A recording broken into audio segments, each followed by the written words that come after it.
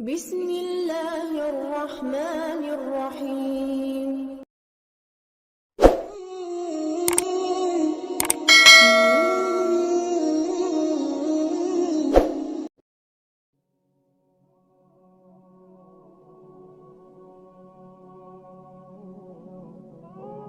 میرے اعلیٰ حضرت فاضل بریلوی رحمۃ اللہ تعالی علیہ حج کے لیے تشریف لے جا رہے تھے، طوفان آ گیا، دریا میں مد و جزر ہے۔ آپ کو پتہ ہے جب تھوڑا سا حالات خراب ہوتے ہیں تو لوگوں کو فٹافٹ دعائیں التجائیں یاد آتی ہیں۔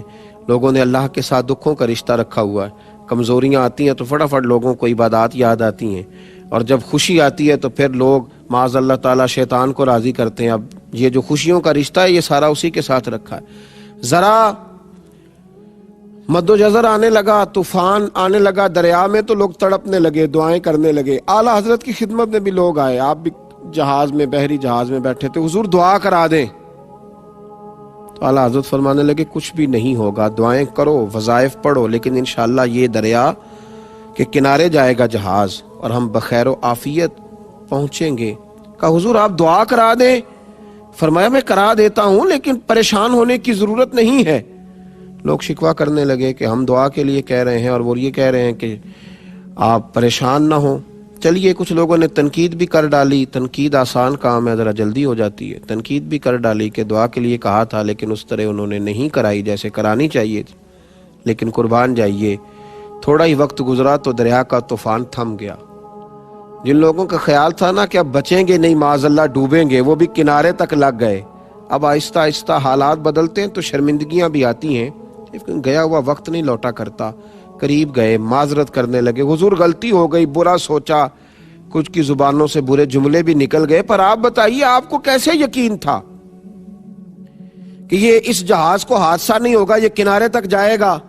تو اعلیٰ حضرت فرمانے لگے جو دعائیں میرے نبی پاک علیہ السلام نے بیان کی ہیں میں نے بیٹھتے ہی ساری تلاوت کر لی تھی۔ یہ کیسے ہو سکتا ہے کہ نبی کریم علیہ السلام کا فرمان درست نہ ہو؟ تو میرے یقین کامل نے دیکھیں نا، مدینے میں زلزلہ آ گیا تو انسان کا یقین اگر مضبوط ہو، کردار اگر پختہ ہو، اسے خبر ہو کہ میں کیا ہوں، پھر خوف کاہے کا؟ پھر آنے والے حالات اور مد و جزر کے ساتھ اس کی پریشانی کاہے کی؟ پھر تڑپنا کاہے کا؟ پھر چہرے پر اس کے بل کاہے کہ مدینے میں زلزلہ ہے، حضرت عمر کھڑے ہیں، ہاتھ میں درہ اٹھایا تو زور سے زمین پہ درہ مارا، فرمایا زمین ٹھہر جا، زلزلہ بند کر۔ یا پھر عمر کو بتا کیا عمر نے تیرے اوپر کوئی ناانصافی کی ہے، کوئی ظلم کیا ہے، کوئی زیادتی کی ہے؟ کیا عمر نے کوئی ایسا کام کیا ہے جس کی وجہ سے تو کام پہ یا پھر ٹھہر جا؟ تو لوگ کہتے ہیں عمر کا درہ کیا چلا، زمین کا زلزلہ بھی رک گیا۔ یہ وہ یقین ہے۔ حضرت سعد بن ابی وقاص نے جب آپ نے بھیجا نا حضرت سعد بن ابی وقاص کو دور دراز علاقوں میں جہاد کے لیے، تو حضرت سعد نے کہا تھا حضور کو نصیحت کریں، تو فرمایا اپنی توجہ اپنے رب کی جانب رکھنا۔ حضرت عمر نے کہا اپنے یقین کو کمزور نہ پڑنے دینا، دیکھنا حالات کی رو میں بہہ نہ جانا، لوگ تمہیں بڑی داستانیں سنائیں گے لیکن خیال رکھنا۔ تو حضرت سعد بن ابی وقاص رضی اللہ تعالیٰ عنہ نے بھی اس کا پورا ہی خیال رکھا، پورا ہی لحاظ فرمایا، پوری ہی توجہ کی۔ آپ فرماتے ہیں جب ہم جا رہے تھے نا جہاد کے لیے تو رستے میں ایک دریا آ گیا۔ حضرت سعد بن ابی وقاص کمان کر رہے ہیں، بھیجنے والے سیدنا فاروق اعظم رضی اللہ تعالیٰ، فرماتے رستے میں دریا آ گیا۔ اب صحابہ کہنے لگے سعد اب کیا کریں گے؟ فرمایا اب کیا کرنا ہے، اپنے رب پہ یقین کامل ہے، اس سے التجائیں کریں گے۔ تو حضرت سعد رضی اللہ تعالیٰ عنہ نے امت کو یقین کا حوصلہ دیا۔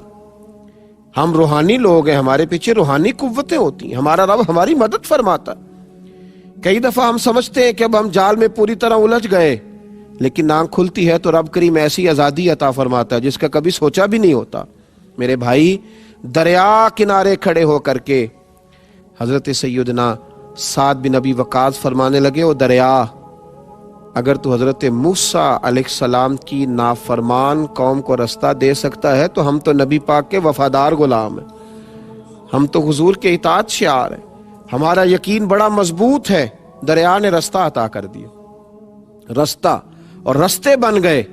حضرت سعد بن ابی وقاص کا یقین کامل دیکھیے، جب دریا سے اس پار گئے نا آپ تو ایک دفعہ اس یاد کو، یقین کی اس یاد کو پھر زندہ کرنا چاہا. وہ جو حضور نے فرمایا نا یقین اس طرح سیکھو جیسے قرآن سیکھتے. اور پھر امام غزالی نے فرمایا کہ یقین والوں کی صحبت اور سنگت میں رہا کرو. تو حضرت سعد نے وہ صحبت صحابہ کی طرف دوبارہ لوٹائی اور فرمانے لگے کسی کو کچھ چیز تو نہیں رہ گئی دریا میں. یعنی کو دوبارہ بتلا رہے ہیں کہ ہمارا یقین کامل ہے تو دریا ہماری بات سن رہا ہے. فرمایا کچھ چیز تو نہیں رہ گئی کسی کی، کچھ چیز تو نہیں رہ گئی. ایک صحابی نے کہا میرا مٹی کا پیالہ رہ گیا. تو حضرت سعد بن ابی وقاص رضی اللہ تعالیٰ انہوں نے دریا کی طرف دیکھا تو فرمانے لگے ہم نبی پاک کے غلام ہیں، چل ہمارا پیالہ بھی واپس کر دے. تو دریا نے وہ پیالہ بھی لہروں نے باہر پھینک دیا. یقین کی دولت آپ کو جوان رکھتی ہے. مسلمان کے لیے سب سے بڑا ہتھیار اس کا یقین ہے، سب سے بڑا ہتھیار. دیکھیے نا حضرت ابو بکر صدیق رضی اللہ تعالیٰ عنہ سے کسی نے پوچھا کہ بدر کی فتح میری سمجھ میں نہیں آتی. ایک طرف 1000 کا لشکر ہو، ذرا ہمیں بھی غور کرنا چاہیے نا، اور ایک ایک آدمی کے پاس 3 قسم کا اسلحہ ہو، تلوار بھی ہے، نیزہ بھی ہے، تیر بھی ہے. ایک ایک کافر کے پاس 3 قسم کا اسلحہ، گھوڑا الگ ہے، اونٹ الگ ہے، 2 سواریاں. اور مسلمان کل 313، 6 زرہیں، 8 تلواریں. کہا ابو بکر یہ سمجھ نہیں آتی کیسے کامیابی ہوئی. تو جناب صدیق اکبر فرمانے لگے یہ میرے نبی پاک کا یقین کامل ہے، یہ حضور صلی اللہ تعالی علیہ وسلم کے سجدوں کی برکت ہے، یہ نبی پاک کی وہ ایک رات کی عبادت کی لذت ہے. فرمایا محبوب بدر کی رات عشاء کی نماز پڑھ کے مصلی پہ بیٹھے تھے اور ساری رات رب سے مدد کا سوال کرتے رہے اور کہتے رہے مالک تو نے کہا نہیں تھا تو مدد کرے گا. اور حضور عرض گزار ہوئے اے اللہ یہ میری 313 کل کمائی میں لے کر کے آ گیا ہوں، مالک اگر آج یہ شہید کر دیے گئے تو قیامت تک کون تیرا ذکر کرے گا. حضرت صدیق اکبر رضی اللہ تعالیٰ عنہ فرماتے ہیں جب سحری ہوئی تو میں نے ایمان کی قوتوں اور یقین کی لذتوں کو دیکھا اور میں نے اللہ کی مدد کو اترتے ہوئے دیکھا اور میں نے فرشتوں کو اترتے ہوئے دیکھا. یقین آپ فرمایا کرتے تھے وہ حضور کے سجدوں کی برکت سے اللہ نے بدر میں فتح عطا فرمائی. یقین جب کامل ہوتا ہے اور یقین جب مضبوط ہوتا ہے پھر انسان توہمات کا شکار بھی نہیں ہوتا. یہ توہمات ہے نا، یہ بلی رستہ کاٹ گئی ہے، یہ دودھ گر گیا ہے، یہ فلاں نے ایسے کہہ دیا ہے. ذرا کوئی آدمی آپ کو بات سنا دے گا چہرہ اچھا نہیں لگ رہا، اسی وقت لوگ خراب ہو جائیں گے، بگڑ جائیں گے. یہ کمزوری ہے، تھوڑا یقین پیدا کرے. تو میرے بھائی اس لیے توجہ رکھیں، یقین کی دولت پیدا کریں، کمزوری بالکل اپنی زندگی میں چھوڑیں. ان الذین قالوا ربنا اللہ ثم استقاموا تتنزل علیہم الملائکہ.